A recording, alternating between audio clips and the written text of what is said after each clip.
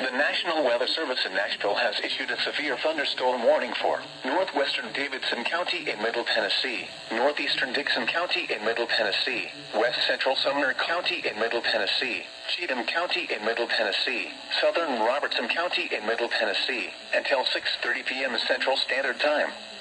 At 6:06 p.m. Central Standard Time, a severe thunderstorm was located over White Bluff, or 10 miles northeast of Dixon, moving northeast at 65 miles per hour. Hazard, 60 miles per hour wind gusts and half-dollar size hail. Source, radar indicated. Impact, hail damage to vehicles is expected. Expect wind damage to roofs, siding, and trees.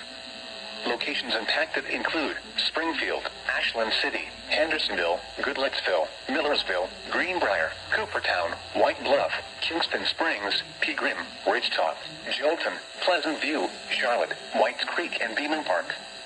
This includes the following highways: Interstate 65 between mile markers 95 and 105.